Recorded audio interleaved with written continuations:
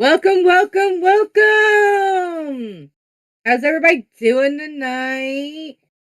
Hope everybody's staying safe out there. I know we've had some tornadoes in the area. We've had some bad weather. I hope everybody is staying safe and staying dry. Otherwise, you wouldn't be here with our crazy asses tonight. As you guys know, this is Booked for Friday! We have two amazing people with us today. We have Daniel Mueller. I don't know. Okay. Musing. Okay. Sorry. I will butcher last names. This is where we're at. All good. And then we have Dirk. No attempt at the last name? I'm not even trying. No. Biesinger. Yeah. Yes. That's why I'm like, no. No. Could have given you a chance, sir. Not bad.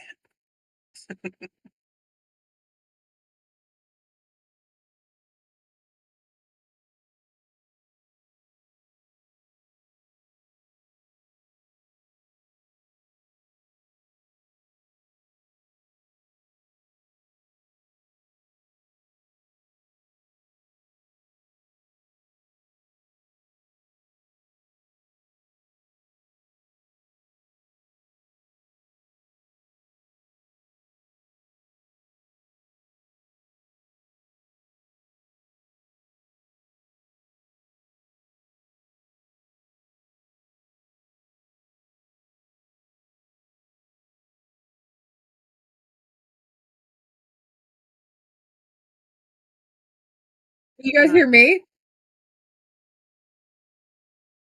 That's interesting. Who can hear us? Kitty. Oh, yeah. This is Stormy. Hi, Storm. One of two. All right. What do you want? I want to be a star. She's a star every Saturday night. Yeah. Was all the audio missing, or Yeah, apparently I'm good. All the authors are good. Can you hear me now? No. Can you hear me now? I'll turn Danielle up a little bit. Hello, test. 1, 2, 3. Yay, 6. All right, I cranked Danielle up to max volume, and you guys can hear me now. Yeah. All right, so I'll rapid fire my way through what I just did my entire diatribe in silence there. I said as a special bonus for tonight's book for Friday, Old Man Sticks has been keeping his eye on the weather. As Julie mentioned, we've had tornadoes. If you live in the south central or southeast United States, next week we are in for a record-breaking heat wave where it's going to be no lower than 90 degrees at night and going up above 110 all throughout next week. So keep your water on you, stay hydrated, stay indoors, make sure your AC is working, get your systems serviced, take care of yourselves. But yes, other than that, welcome to Book for Friday.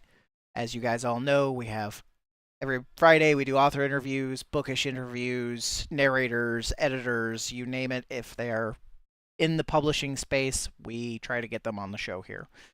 Tonight it's double authors. And the only rule is no spoilers. So bring your questions, bring your degeneracy, and let's see if we can keep them on their toes, shall we? Yep. Okay, starting with Danielle. Okay, and this is the way this also works. If I ask Danielle the question, Danielle will go You're messing first. it up again. How am I messing it up? You're messing it up. So on the screen, on our stream, on the screen, Danielle is in the top spot, Dirk is in the bottom spot, which means if I ask a question, Danielle is the first to answer, and then Dirk. If Julie asks the question, Dirk answers first, then Danielle. That way it's just parallel lines across. So, well, perfect confusion.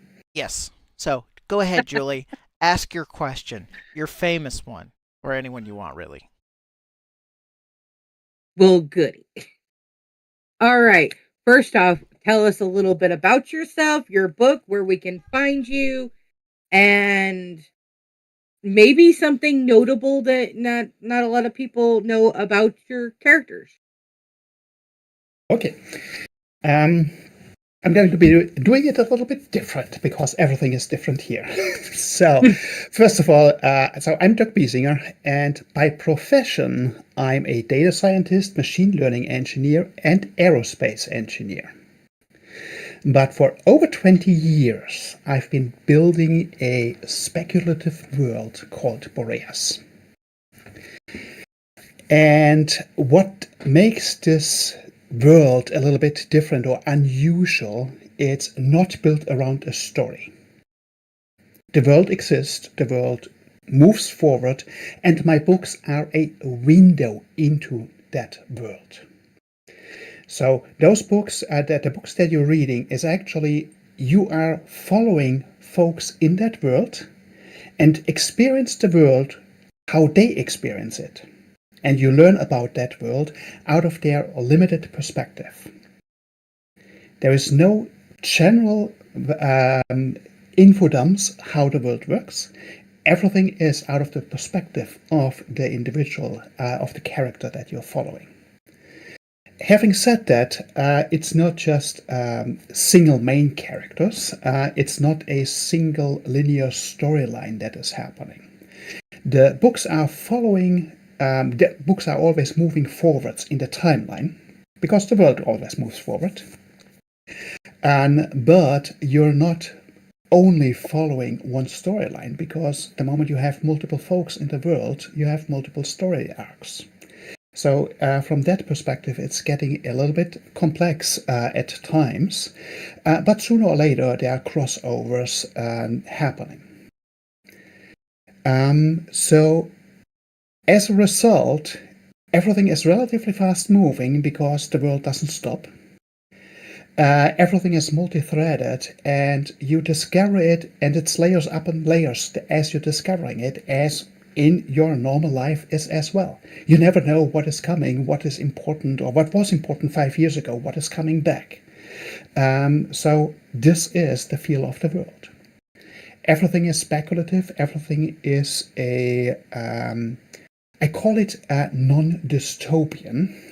So it's not utopian, but it's non-dystopian, because I have got the full depth, the full complexity of a dystopian world, but nothing of the negativity. So everything is on the positive side there. So that's the quick spiel. Gotcha. How about you, Danielle? Same question. Hi, I'm Danielle Muthing. I am author and a narrator. I write mostly young adult horror books. I have a couple of middle grade horror books and a couple of children's books. Most of them are standalone stories. I like to have, so far I have vampires and witches and zombies, and I like all that stuff, grabbing the paranormal. Nothing that doesn't have paranormal yet, but someday. I'm also a huge fan of cryptids, so that's my children's books are cryptid based. I have a Bigfoot and a Loch Ness monster story, and Mothman's coming soon. And let's see, but I do have a new series that I'm writing that is they're a shared universe. So, and they're all based on holidays. So far I have Valentine's Day, Easter, and the 4th of July one just came out. And then I'll have 3 more by the end of the year if I stay on track. So that's me. I don't know why my brain took the track it did when I heard young adult stories. My brain just went, is that like, oh no, I wore the same outfit to prom as the prom king, or I woke up with acne on school photo day? Like, Well, yeah, you wore the same outfit and then a zombie ripped your head off. oh, So okay, yeah, gotcha. Yeah. Supernatural horror, gotcha. Right. Not just, standard teenage Right. angst. Gotcha. Exactly. So my question for you guys, starting with Danielle, what would you say is a quote unquote forbidden trope that you love to read, afraid to use yourself? Forbidden trope Well, that I love to read? I'm saying like forbidden for like you won't use it. So like Oh, something you love, a trope you love to read, but you won't touch it in your stuff. well, I mean, for me, since I'm writing for the young audience, obviously I stay away from, for now, I'm staying away from language and extreme horror and, you know, we get bloody, but we don't get bloody, and no sexual situations, no stuff like that. So, what I'm trying to write for is the kids who maybe they think they don't like reading, so they're going to come into it hopefully through what I write, and my stuff is safe for them to start with. It's safe horror. Is that a thing? I don't know. Now, what do I read? Everything. What do I record as an audiobook narrator? Everything. So, yeah, and I like it all, but yeah, what I write, for now I'm keeping myself limited. I have plans for the future though. We'll see. I think your shirt is what I consider safe horror. Safe horror. Yeah. Yeah. No. All right. How about you, Dirk? So reading, I'm relatively open for the different types of books, but relatively selective with the with the kind of books. So horror, something like that, is going in that direction is not for me. It's just not something that I would be touching. As for the writing part, I don't think in tropes when I'm writing. So my books don't fit any of the typical shelves, neither in tropes nor in genres.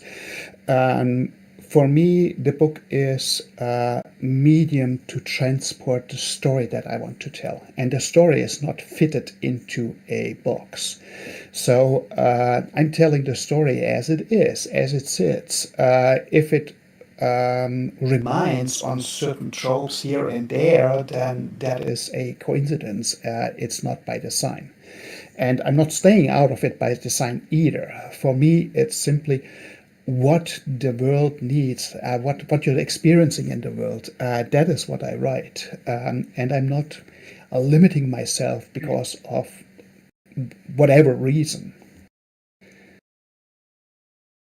Awesome sauce, awesome sauce. Okay, what have you researched for your books that probably has you on an FBI watch list? Or any Well, watch list? what haven't I researched? Yeah, I'm like, I'm, build, I'm building a world with the full sociology and religions and everything. I am at the moment also researching a book. It's not directly in that world. It's going to be a book. Some form of a thriller. It's going to be about AI. So it's a science fiction book about AI. So relatively relevant for our times right now. And for that, that is relatively recently, I have researched what are the clandestine organizations around the world. So I have looked into all of them. So that probably has me on a watch list. Just because of that search, if you're doing that within 2 weeks, going everywhere, Chinese, Russians, the Iranians, Canada, US, UK, Germany, France, you name it, South African, Argentinian, Brazilian, you're looking into all of them and try to get the information about them, where their locations are, where their training locations are, and all that kind of stuff. You're probably on a watch list. so, Several might. Several might. yeah. So, that's just the recent one. Other things that I have researched for my books is pulling the information from all kinds of governments about the typical age of when do let's call them young adults start to sexually engage since World War II. I think I have pulled the data from 26 or 28 nations around the world to actually look into that, to create some statistics when I was doing research for my world, to actually set a timeline there. But I needed to find out there it's actually much earlier than ethics or the law would actually allow. So reality and law are two completely different things. So I needed to change that timeline a little bit and adjust it for my books, for my world. Yeah. So I pulled quite a bunch of that kind of data. So I'm certainly on several watch lists for several things over the last 2-3 years. You're our first international and Interpol watch lister too, so congratulations on. Okay. I wonder, honestly, I wonder if there's a division for all of us, and it's like, hey, I just need to know where you're half-ass located so I can send a care package because we're crazy. Just in case, right? So yeah, I was gonna say probably every book I've written has put me on some form of watch list, but I will give you the example of Disappear, which is a book about a magician who's his assistant, when they do the disappearing lady trick, she disappears and he gets blamed that he has done something to her. And so I had to look up a lot of the rules about young, underage people getting interrogated by the detectives, and what can they say and what can they do, and how do they get away with things, or how do they not, or it was a lot of deep diving into what are the actual rules, because yes, I watch true crime stuff, but I'm like, I just want to try to be as accurate as I can be. So I kind of feel like probably looking up how do I get away with murder, probably not the best thing to be on my list.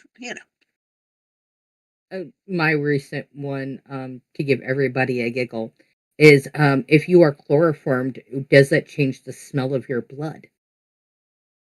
And the answer is no, but the sweet smell that you smell from chloroform is because it's a chemical burn either on your face or on your clothing. So just in case anybody ever wondered that, you don't have to look it up anymore. I did it for you. Right. It also doesn't knock you out right away. I'm like, dang it. Yeah. Dang it, Yeah, chloroform. it's the asphyxiation Right. of having to breathe through it that actually is what knocks you out, is the lack of oxygen. Go figure. Okay, Yeah. Six, your turn. Yep, well, in place of my question, we have a question from chat. This is very similar to one that I normally ask anyway, so it's fitting. Ace asks, how often do your characters ask you to change something you had planned for them, and have you had to say no? All the time. All the time they tell me what to do. Sometimes they're right, so I let them. Sometimes I'm like, you've gone way off the rails. So yeah, I'm like, no, or sometimes I try to go with it. I'm a pantser all the way, so I make it up as I go. I don't plot anything. So if they go in a certain direction, sometimes I'm like, oh, I didn't see that coming, and I'm like, cool, good on you. Great. But yeah, sometimes I'm like, we're going to stop there. Stop you there. Let's go back. That's me. Yep. All right. How about you, Dirk?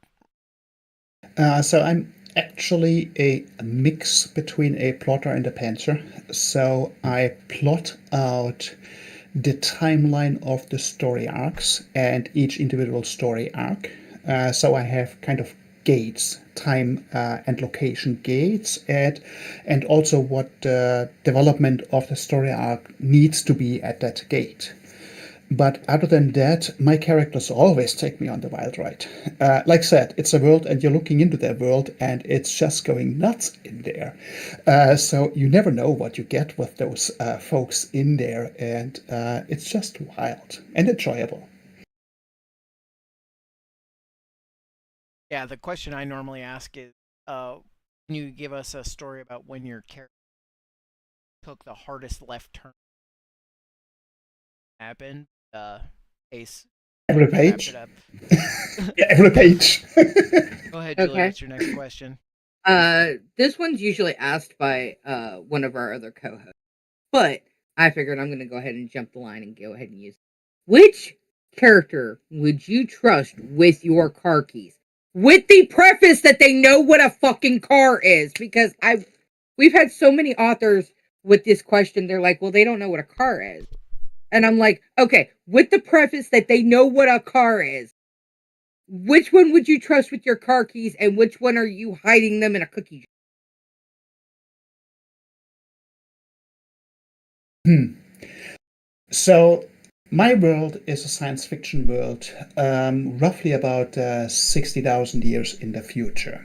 So they definitely know what car keys, or what the car is. So their cars don't have keys anymore. If they would have cars in the world, how they are designed, they have designed it for themselves. Which one would I trust with my car keys? I think most of them. There is one character in there that I would not trust the keys to, because he is kind of a character that is popping up here and there. Very rarely he is actually there, but right now, where the stories stand, he is a little bit mischievous. So he's not getting my car keys. And you never know, because you also never know where he's taking the car, where you find your car. So, no, he doesn't get them. I would say in my last book called Eggs, that was my Easter horror, I had a couple of car chase scenes. So my leading lady in that one, her name's Mandy. I would totally trust her with my car. She's a really good driver. And I'm gonna have to go with probably maybe Bigfoot. I don't think I'd trust Bigfoot with my car. I think he's too big to go in my car. Yeah, I honestly, yeah. I think he might tear it up more trying Right. to get Yeah. in it. Yeah. So yeah, I Like don't like. size wise, I'm like, now are we talking about like a truck that if it's a full size pickup, we might be able to get him in there. Right. He could be in the back, but I don't think I'd let him drive. I don't. No, Yeah. No. No. that foot. Give him your car, and you get back a Caprio. Right. I don't know if I don't agree think with that, because I don't know if anybody remembers, but Shaq did Mercedes commercials, okay? Like, I'm pretty sure if we can fit Shaq in a Mercedes. I mean, right? I'd have to look up. Yeah, but I haven't looked up out. the size difference between Shaq and Bigfoot. There's some research for you. Who's bigger, Shaq or Bigfoot? The only watch list that's gonna get you on is Shaq's, and he's gonna come to you and be like, Shaq is bigger.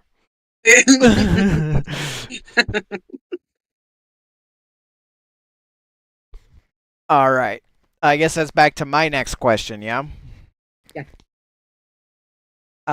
How's my real quick detour here? How's my volume now, guys? I'm messing with my stuff here. Is it any better?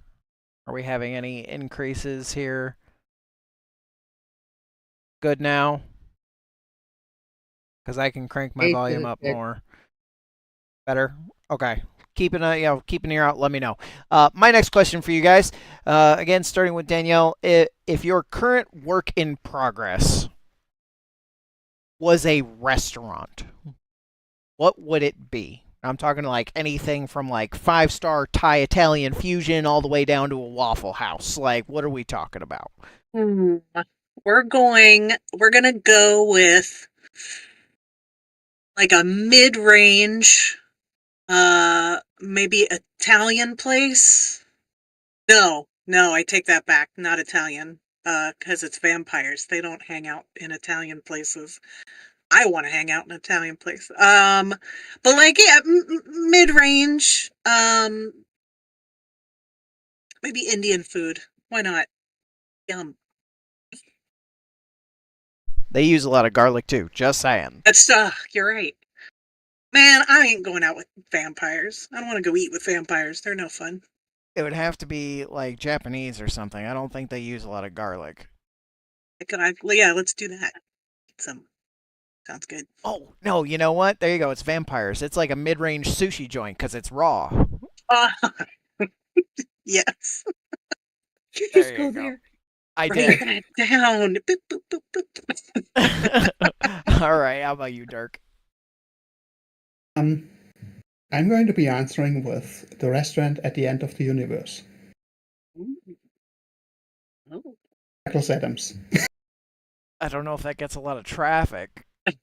Great marketing, but terrible location. Yes. Location. All right, Julie. Oh, we got another chat question. If you want to go with that one, or I'll ask it next. That's your call.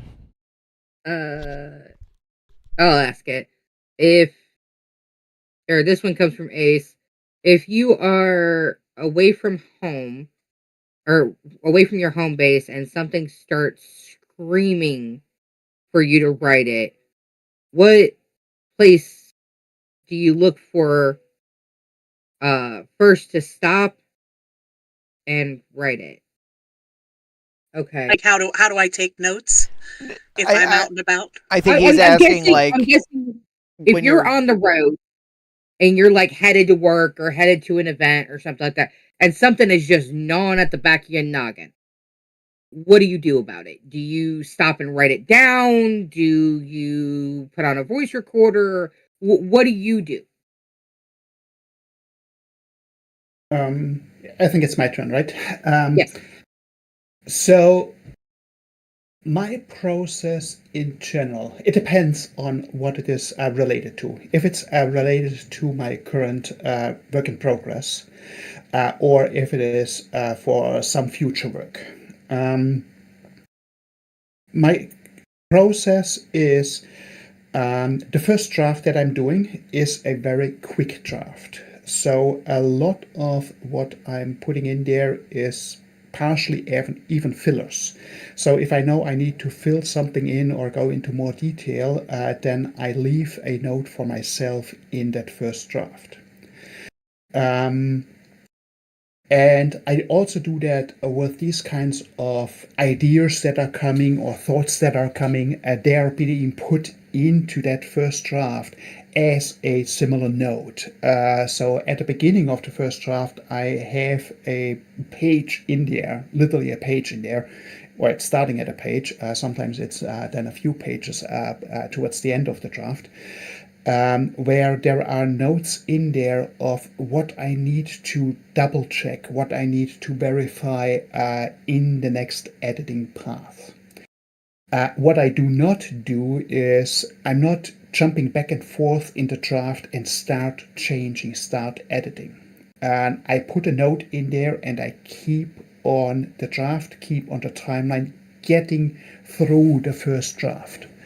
Having said that, usually what happens is that my first two editing passes are adding about 20% to the first draft, which is not typical. A lot of authors are cutting out a lot of stuff on the editing passes.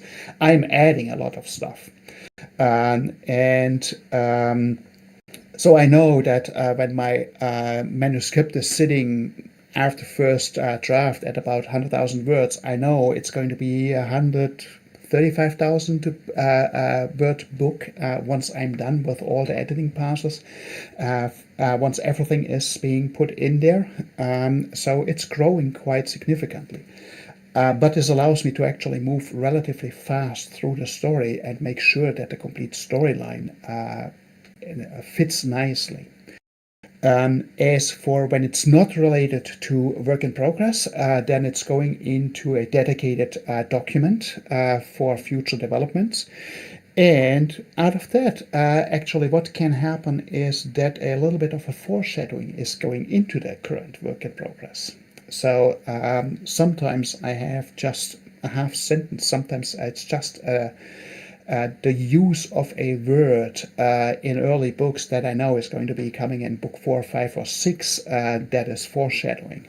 So those foreshadowing arcs in my works are even across books. So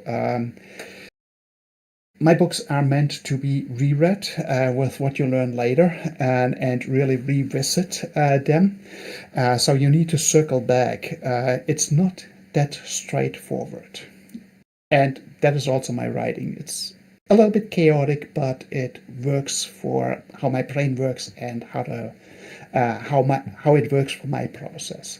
It's not for everybody, and everybody needs to find their own process. Interestingly enough, I write the same way. So I'll be writing and then I put something happens here.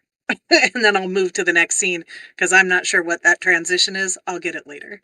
So that's my first draft has a lot of that stuff in it. But I have a thing in my phone, notes for books. I have two different ones. I probably have about five different ones.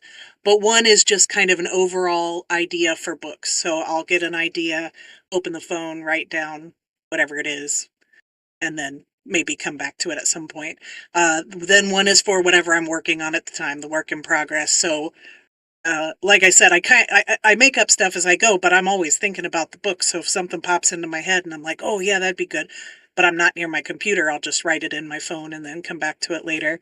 And then I have another file for right now, since I have 3 more books that I'm working on for this year.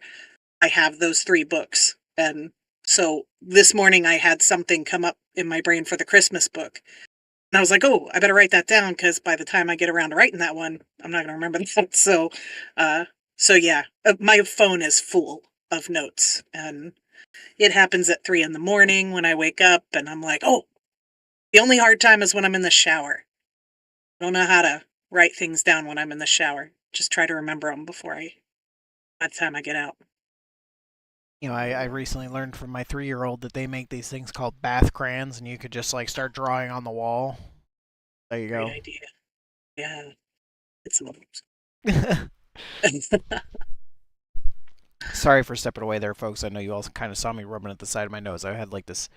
Have you ever had a sneeze get stuck and it just starts to burn? I could not get that thing out of there. Anyway, back on track. Thank you both for your answers. We have another chat question. This one coming from a fellow co-host, Izzy Kraus. I'm going to reword it slightly for clarity here, but how do you get into the mindset of a character that you have little in common with, particularly with gender or a member of that gender experiences that you haven't? I'm lucky that I come from an acting background. So I was a professional actor for about 20 years before I went into audiobooks, which is still acting, just different. And then I wrote my first book a couple years ago. So I studied that. I studied how to get into the mind of people that aren't me. So it comes in very handy when I'm writing.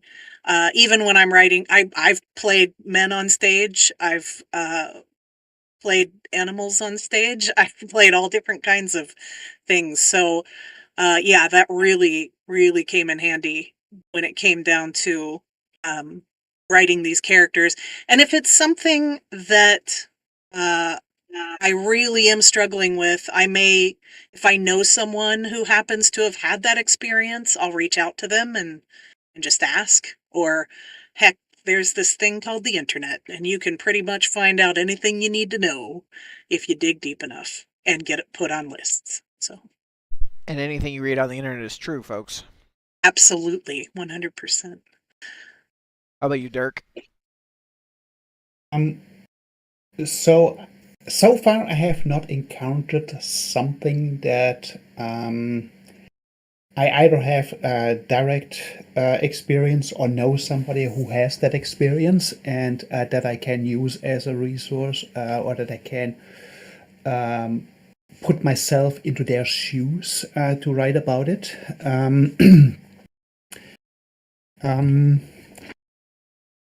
I don't know what I would be doing if I have to go someplace or somewhere and write something that I have no experience about. So I would need to do the research for that.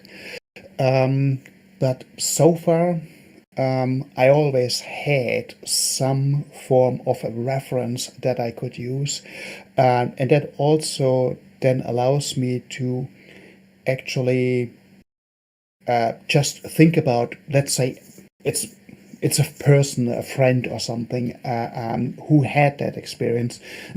So I just need to mentally kind of transform into that friend, and then I can relatively easily write about it. So kind of doing that mental switch. That's how I do it.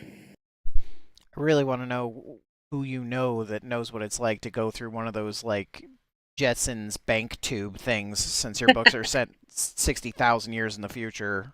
Like, I don't know about that experience. I don't know the Jetsons, so I literally did not grow up in the U.S.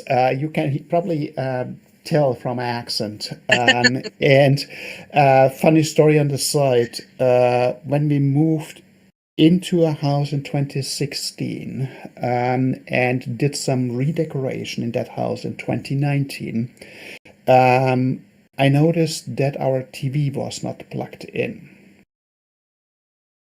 So for 3 years in that house, we didn't even turn on the TV to recognize that it's not plugged in. So we gave it to Goodwill. We cut cable. I actually looked that up recently. I think in 2008. So I haven't been watching TV for near to 2 decades now, and I haven't grown up with the typical American TV stories, having not grown up in the US. So all these references, sorry to say that, but all these references are completely lost on me. It's all good. I would think.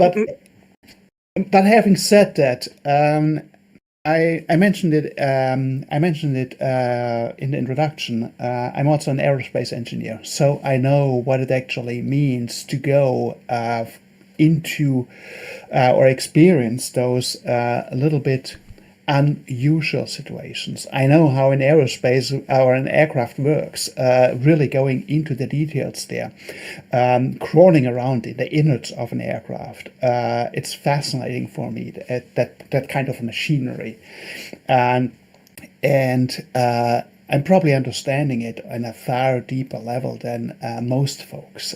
So because of that, it's relatively easy and relatively natural for me to actually being able to envision what it actually means going into the future and experiencing that.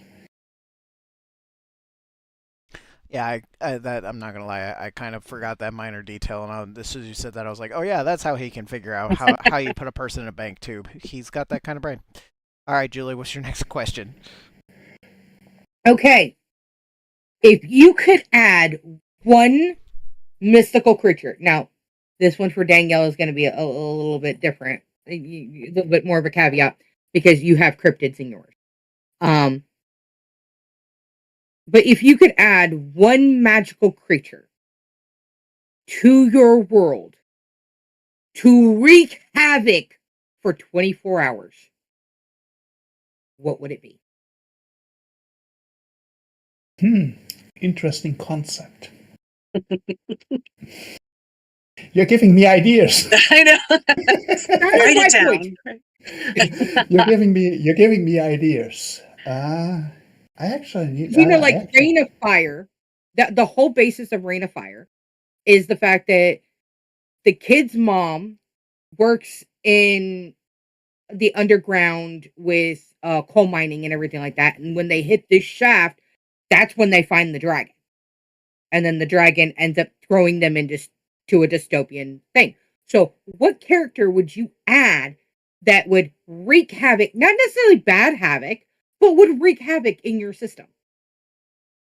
Okay, so if it doesn't need to be bad havoc, but just really mess everything up, I have a character like that. I don't need to have him. He's there. Be a magical creature, though. As okay, so that is a relatively wide field. So right now, I'm not going to be going with spoilers because no spoilers, right? So right now, known in this world is that this character is appearing over a period of at least 200 years, which is far beyond the usual lifespan. I'm not going to be spoiling more than that, but yes, mythical creatures, so he seems to be long lived. No more spoilers. Interesting. I think I'd have to go with Cthulhu. I haven't quite gone that far yet with my bad guys. It would be cool. Just kind of drop him into the world and just let chaos reign. So yeah, but like you said, I mean, that's my books are full of those creatures anyway. So if you're gonna go for the ultimate, get the Right. ultimate If guy you're in gonna there. go big, you might as well go big. Go big, right? There's a guy I wouldn't trust with my car keys. Mm-mm. Cthulhu? Hell Yeah, no. no. He hangs out with Loki. Yeah. Okay, good. Loki will bippity boppity boo that bitch out of there. Okay, back to me. Yes, you. Back to me. Okay. This one's a new question I haven't asked on the show before. It's going to be a little bit of a hot take for people. What aspect of being an author do you find to be the most performative? Ooh, that's a good question. Um, Depending on the day. I don't I It's very interesting. My life took a really strange turn when I got out of theater because I'm an introverted extrovert. Like it's not that I don't like being around people. I do, and like I like doing stuff like this, but now for some reason when I'm in person, it's this different feeling for me. It's not as exciting to be out in the public, yet I like to do events. So I don't know. All right, like because I have this book signing happening tomorrow, and I'm looking forward to it. But I know that by 5 o'clock when it's done, I'm gonna be done. So because I will be on the whole time, I don't have that off switch once I turn it on, and I will be just completely tired by the end of the day. And then at the end of the day, I'll be like, I don't want to do these anymore. But then I'll sign up for 5 more. So I, I don't know. My brain doesn't make any sense. Never. The most performative. There is so many layers to actually answer that. So for one, I started to completely revamp my YouTube channel. I added a author read aloud. It's not audiobook. I'm not a voice actor, so I'm not a narrator. That's why I'm calling it author read aloud for my prequel. It's an 18-part series. It's the complete book, and that is on there. I think there's 3 cutscenes in there simply because it's adult matter. Let's put it this way. In those scenes, I kept them out of the platform. And so I needed to put a performative hat on for that to actually read that. Same for YouTube videos that I'm doing. I needed to learn to jump over my shadow, actually being in front of the camera, doing that kind of stuff. In a more general term, I really enjoy it when I can do my first drafting of books. Because stepping through that door, looking through that window in that world, and really see what kind of havoc they're going to be wrecking on the page in the next few hours when I'm writing, it's just enjoyable. that is what I really enjoy, and that is stepping back there and letting the characters do the development of the story and really let it flow, and that is really enjoyable. So there's my answer. All right. Julie, next question. Just to kind of tack on, I completely, Daniel, I completely understand because I've only or I did Green Bay last year, and thankfully I had both Izzy and Cash with me. So in that process, it was a balance. I had two handlers that were like, no, you're too nope. They like picked me up like a little cartoon character and put me out.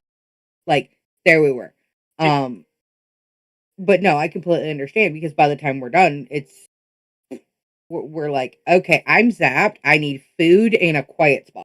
Right. We're done. Give me ice cream. And that goes into my question. What is the one thing do you guys get writer hangover? When you're done writing that book, when you're done writing that scene, especially something that really hurts you to have to write it, or you're really excited and you're hoping it lands with your readers, do you get the writer hangover? And if you do, how do you combat it? So fortunately, I have not encountered that so far. So I'm very productive. Right now, I have published 4 books with and a short story that is an anthology, and I think it's altogether it's 510,000 words. And I started writing in October 23. I am producing about 250, 300,000 published words a year. And I can't write fast enough. Right now, I have completely remapped and completely reset up how I'm actually approaching marketing. And because I have been trying to do the standard marketing tactics, the standard marketing approaches fitting into the boxes with my books. And let's just say it didn't go very well, because it doesn't fit standard boxes.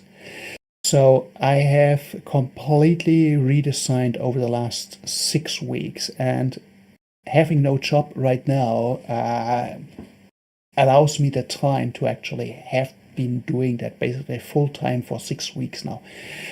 Completely redesigning that marketing approach. I redid completely my webpage. I redid and streamlined my socials, and I completely restarted a YouTube channel. I did the production of the read aloud. It's 18 episodes. They are ranging from, I think the shortest is 27 minutes and the longest is close to an hour.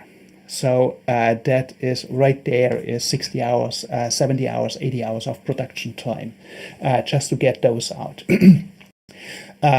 Completely setting them up correctly. And I have been producing, I think I'm now at 70 shorts in the last 6 weeks, and I have 80 more scheduled and ready to go. And there's a lot of tactic or a lot of material that I'm working on. I sent you to just a reviewer kit, engagement kit that is late stage. I'm doing the same for an interviewer engagement kit. So it's basically press kits that I'm doing. I have redone a lot in the details, front matter, back matter in the books, the blurbs, the marketing approaches. I have been experimenting with Amazon ads, you name it. That's my last 6 weeks. It's a lot. It's a lot, and I kind of dislike having to do all that, but I'm not writing books to not have other folks enjoy it. So I completely realigned all that approach to appeal to the right folks for the books and to generously actually repel the wrong folks. And so that my thinking is I need a few right folks, high quality readers that are absolutely right for my books in the beginning to really get it all started. So I need to be kind of selective there and kind of invite the right type of reader in.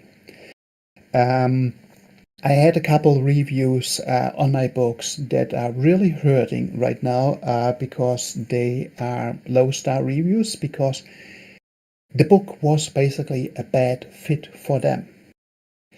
And it's totally okay. It's totally okay.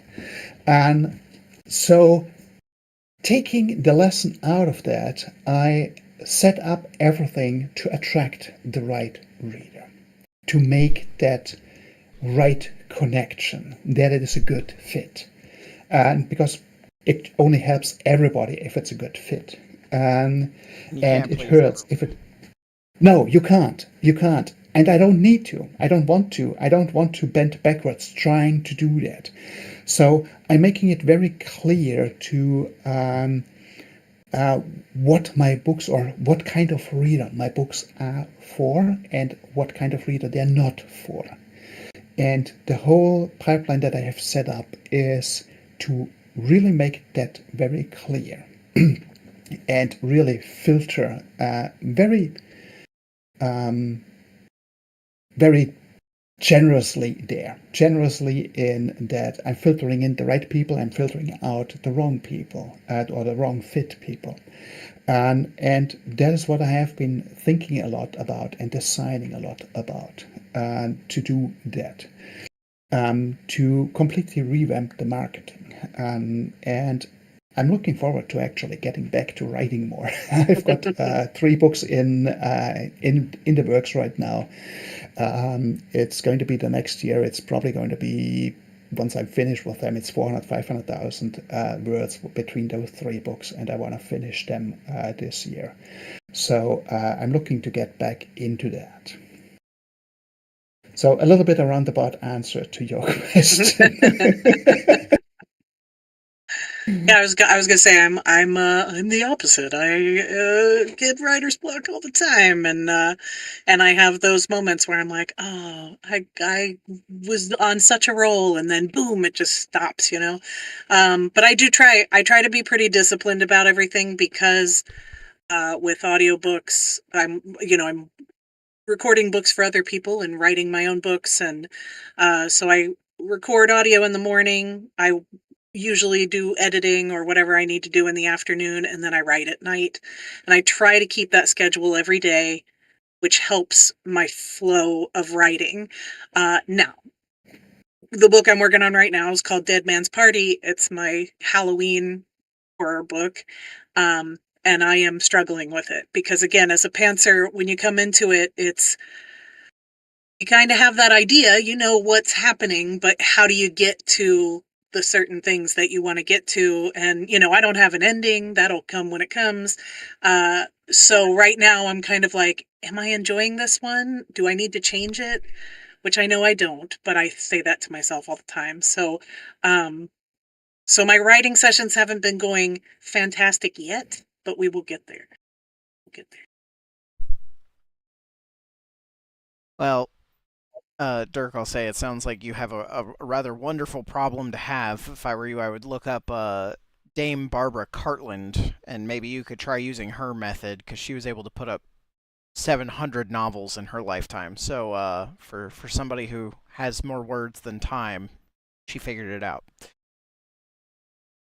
I need to look that up. Yeah. The short answer is she had a team of 20 interns who sat there all day while she just talked at them, and they just dictation and did it and just typed everything she said. And yeah, she did 700 romance novels. Wow. Back to my question though. Okay. I have a feeling this is gonna be tough for one of you, but I'm sure you can handle it. Have you ever had a character that was originally intended to be a throwaway character, but ended up being a main character or had their own story? And if it avoids spoilers, can you tell us what character it was? Interesting. So, uh, in I'm trying to think of how to talk about this without spoilers. In Disappear, there are a couple of characters that are main characters in that book. And when I went to write my holiday series, they showed up. And I didn't know they were going to, but they showed up. And I was like, "Oh, okay." So they help to make this shared universe. And I think I think I have to leave it at that, because I think if I talk more about it, I'll spoil things. No spoilers. All right. How about you, Dirk? Okay, I'm going to be answering this twofold. Number one, I'm actually pulling one of my books because of that. So It's that one right there. I set out to write a magnet for newsletter sign up. I wanted it to be 15,000 words, perhaps something like that, to give away. And I started writing that magnet, and that became a 94,000 word book. So it's no longer a magnet. So this character, Xavi, actually completely derailed that whole project. That no, it's not going to be a magnet. It's going to be a prequel, actually, to my saga. So that is number one. Number two, I'm going to be turning it completely on its head. And I need to be careful to not, because of the no spoilers. So there is one character that so far appears to be one of the stables, one of the main characters in the saga. And in the current batch of work in progress books, he is going to be actually ending his arc. So that is something that I kind of didn't see coming. It's not a spoiler, though. It's not a spoiler. I didn't say who. I didn't say who, Okay, or that's fair. You didn't say who. I didn't even specify the gender. So a character can be anything. It could be one of the beasts that are there. It could be whomever. All right. All right. I think Go ahead, Julie. Okay. Next question. When it comes time, well, like we all get to that point, writers. We that it's time to end it, and it is time to say our goodbyes, especially for those that write one-offs and they don't write series and everything. What is the impossible conclusion that you're like when you're writing the book and that you're coming to the end? What is that feeling? What is that that gut punch of the shit? We're already here. I've got so much more, but it's like we're already Okay, so that is for me kind of twofold. So, like I already kind of hinted at, I'm writing long. So I set out originally to write my saga as a 5-book series. Because it is kind of a academy setting, so don't think military college. It's a college setting, but more for adults, that they're getting a specialized education there and training there. And the idea was, excuse me, for every year that they are there, it's going to be one book. 5 years, 5 books. That was the idea. But it appears I'm writing long. So the second year is already book 2 and 3. And it looks like the third year is going to be books 4, 5, and 6. Simply because, yes. I can't fit 250,000 words into a self-published book simply because there is the print on demand doesn't allow that many pages. There is a limit that I can use. So that end kind of is, right now for me, it's just a temporary end because once my books are actually done, it's a year done, and I know that the next year is waiting. On the other hand, if I'm looking at the bigger picture, like I said, the world is there, and my books are a window into that world.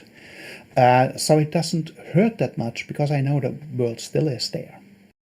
I can go back into that world. That world has a over 40,000 year history. I can go back into that world, into a different epoch, and explore something completely different. It's not going to be a kind of a fantasy setting. I can go in there and go for a complete galactic empire setting, space opera setting, and can visit at that time.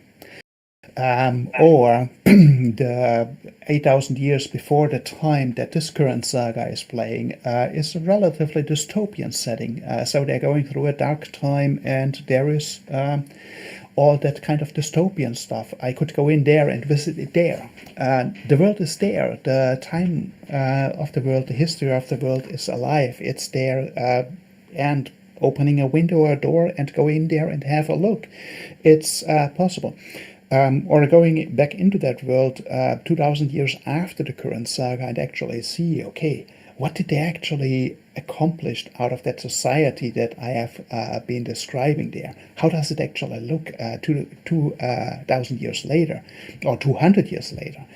What did they do with that? How did it develop? So the world is there. I spent 20 years to create the world, not the arc for the books. And so the world is there, the world is alive, and the books are a window into it. Because of that, I don't think it is hitting that hard for me because I designed the world and not the book arcs.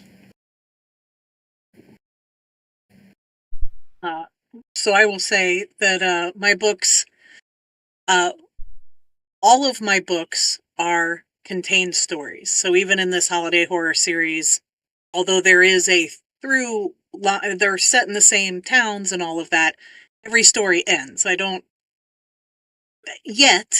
I do try to leave it kind of open if I ever do feel a sequel coming on to any of my stories. I don't ever want to leave on such a cliffhanger that people get mad at me. So all of my stories are contained. When I get to the end, I mean, I'm usually pretty happy because I didn't know if I'd get there, you know? And I always find it pretty exciting. But yeah, then you have that moment of, oh, this world is over now. This story's over. And now I guess I get to move on to the next one, you know? So, yeah. I like that question. I've never thought of that before. All right. We have another question from chat. This time we have Ace asking again. Do you ever fight with your brain about wanting to write a scene ahead, but you know you'll mess up your flow if you go ahead with it? No, I skip around. I try to stay, I guess I try to stay within the timeline of the story. So I don't usually like, oh, I have the ending, I'll write that. And then I'll come back to the middle. But I'll be writing like, oh, here's the opening scene and I'm introducing people and whatever. And then I'm like, I want to get to that whatever that next big thing is. So I'll just say, we'll get, write more here. And I'll highlight that. Then I'll just skip to the next scene. And that's just because I think that's kind of how my brain works. It skips around all the time anyway. So for me, if I stop myself, if I'm like, oh, nope, you got to stay here, then I won't keep writing. Like I'll get writer's block and I'll stop writing. So I have to allow myself to be able to skip around when my brain wants me to. How about you, Dirk? It's kind of going back to taking the notes. So how I do it is, if something comes to mind for a future scene in the arc or in another arc, and I put it in as a note, or a more detailed note in that case, with a brief description of what I have been thinking about for that scene, and I put it into the timeline in the work in progress in the book where it actually belongs. But the drafting for me continues where I'm at. So I put that in as a future note, as a note to my future self once I get there, to actually what is happening there or what kind of an idea I had there, and then depending on how it is actually aging to the point when I'm getting there, I might be using it, or I might be changing it a little bit, or I might come with something completely different. The idea is there, I put it in and see how it ages until I get there. Excellent answers from both of you. I think skipping around is definitely helpful. How about you, Oh Julie? yeah, absolutely. And then I'll be Mm, writing a later scene, and then I'm like, oh, you know what could have happened 5 scenes ago, and then I'll go back and put some note in. I don't know. It's weird in here. Yeah. Yeah, the first drafts are pretty messy. They are working documents. That's not something that a reader could follow, or even a beta reader could follow. It's wild. It's chaotic. It's wild. It's messy. That's writing, folks. Yeah.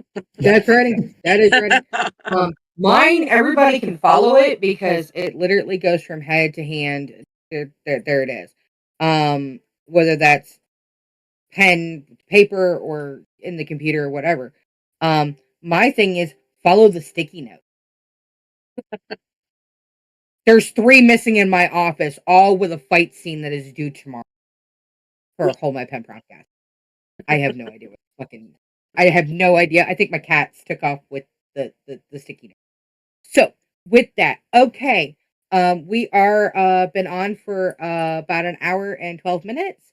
So where can we find you? Are you doing shows this year?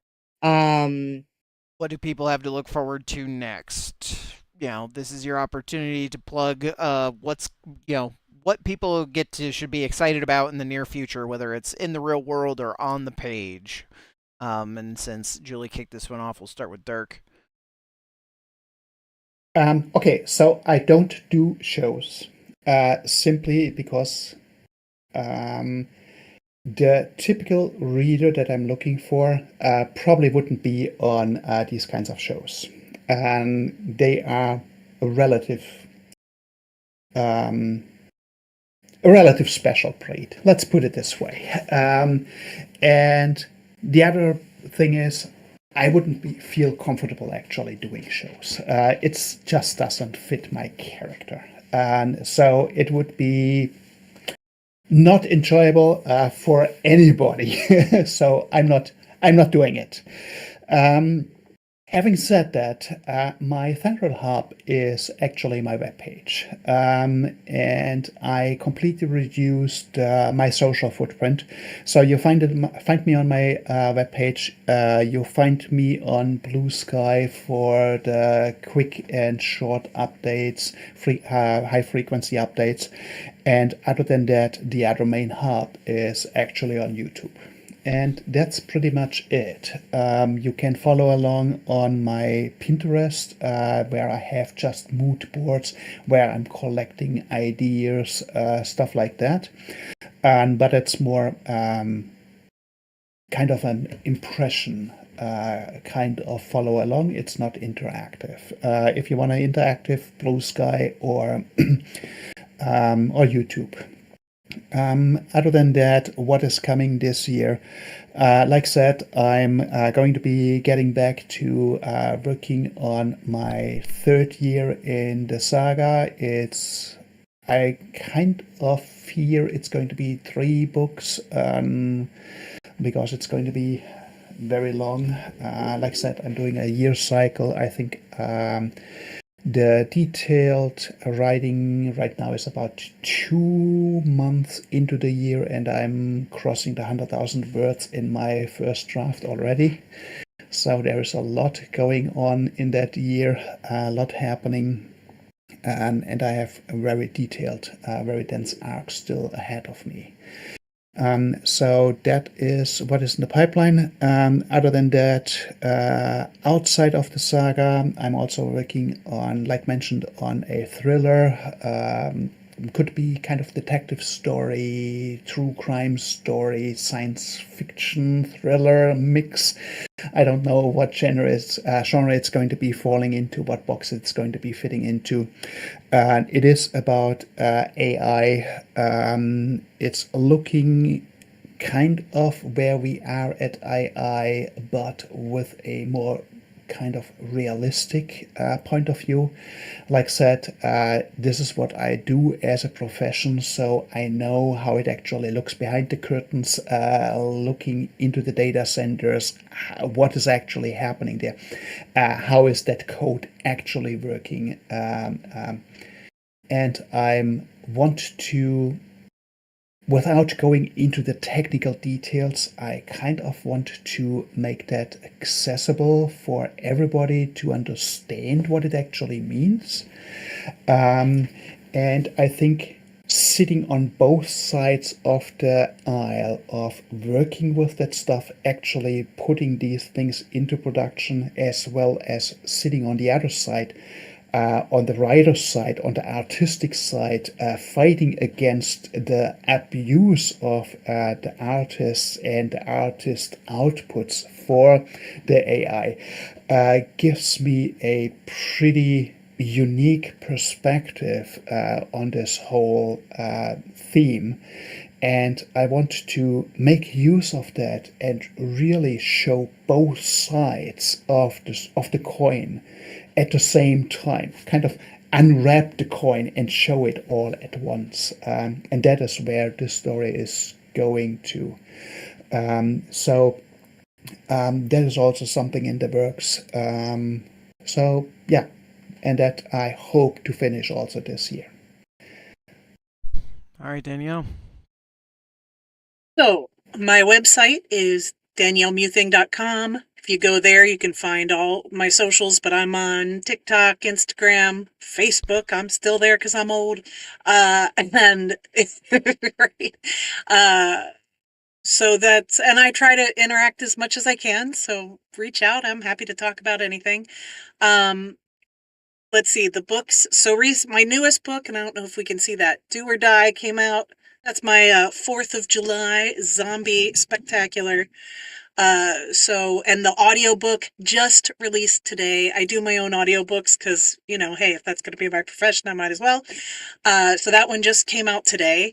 The rest of this year, I'm doing the Halloween horror, which is called Dead Man's Party, Thanksgiving horror, which is called To Grandmother's House We Go, and the Christmas horror, which will be called The Man with the Bag, and 2 more children's books. I have to give a shout out to my amazing illustrator. So this is Susie Sasquatch in the Sunflower Squad. My illustrator is Amanda Wood, and she is absolutely incredible.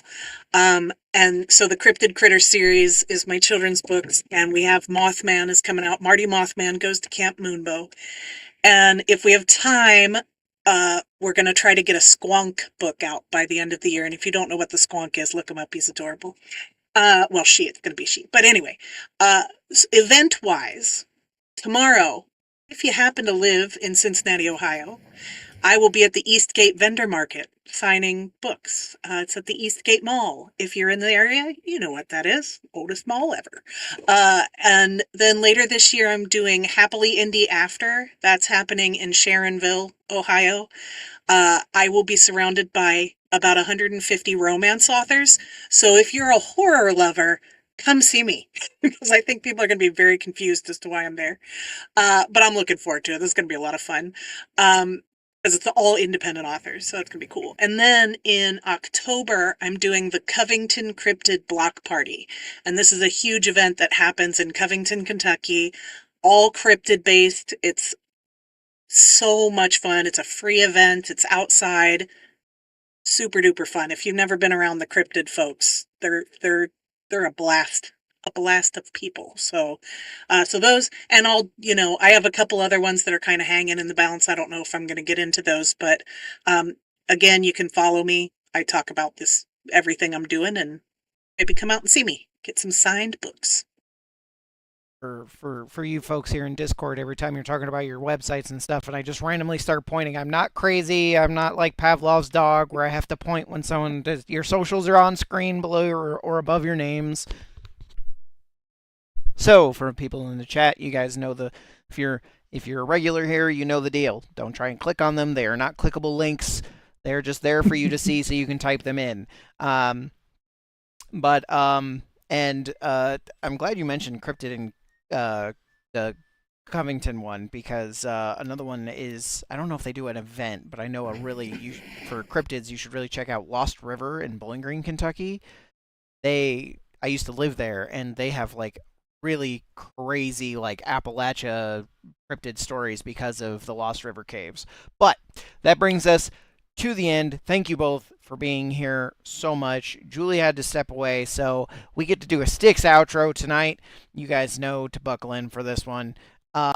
So if you are not followed, if you're not subscribed, if you're not part of the Discord, you should do all those things. When it comes to subscriptions, they are not necessary, but they are greatly appreciated, as every single cent that goes towards the show from you guys goes right back into the show, whether it's the newsletter or updating host equipment or whatever it may be, that we can provide better value to you guys. As for tomorrow night, make sure you are back here for the whole My Pen Promptcast tomorrow night, 7 p.m., 8 p.m. Eastern, 7 p.m. Central, 8 p.m. Eastern, where we'll be reading out your submissions from last Saturday for this week. So, until tomorrow night, where I will see all of you back, make sure to drink your water, make sure to avoid bad weather, make sure to not add or subtract from the population, take your meds, read more books. Nothing good happens after 2 a.m. If you bought it, don't eat it. Have the bigger balls. Be brave, be bold, be yourself. And we will see you all tomorrow night. Bye, everybody. Thank you. Thank you.